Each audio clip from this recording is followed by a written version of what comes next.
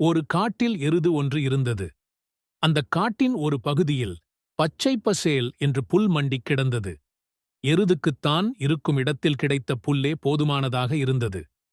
எனினும் தூரத்துப் புல்லே கண்ணுக்கு அழகாக இருந்ததால் புல் மண்டிக் கிடந்த பகுதியை நோக்கி ஒரு நாள் புறப்பட்டது. அது போகும்போது மரத்தில் இருந்த பச்சைக் கிளி அதைக் கூப்பிட்டது. எருதண்ணா, எங்கே போகிறீர்கள் என்று கேட்டது பச்சைக் கிளி. எதிரில் உள்ள புல்வெளிக்குப் போகிறேன், புதுப்புல் தின்னப் போகிறேன் என்றது காட்டெருது. அண்ணா, வேண்டாம், அங்கே புலி இருக்கிறது என்று எச்சரித்தது பச்சைக்கிளி.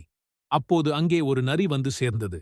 அது பச்சைக்கிளியை பார்த்து, ஒருவர் ஒரு வேலையாகப் போகும்போது எங்கே போகிறீர்கள் என்று கேட்பதே தவறு.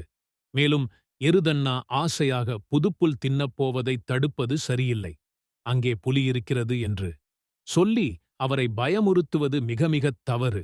புல்வெளியிலே புலி இருப்பதில்லை. புலி பசித்தாலும் புல்லைத் தின்னாது என்று நீ கேள்விப்பட்டதில்லையா? அப்படியே புலி இருந்தாலும் எருதண்ணாவின் கொம்பு அதன் குடலைக் கிழித்து விடாதா? எருதண்ணாவை நீ என்னவென்று நினைத்துக் கொண்டாய் என்று கேட்டது. நரியின் பேச்சைக் கேட்ட எருதுக்கு கிளியின் மேலே கோபமாக வந்தது.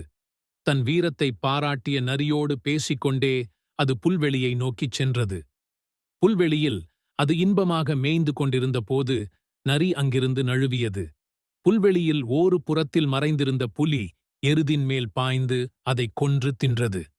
நரியும் அதன் இரதத்தைக் குடித்து மகிழ்ந்தது. சாகும்போதுதான் எருதுக்கு அறிவு வந்தது. பச்சைக்கிளியின் எச்சரிக்கையை பொருட்படுத்தாமல் நரியின் நயவஞ்சகத்திற்கு இரையானதை எண்ணி வருந்தியது.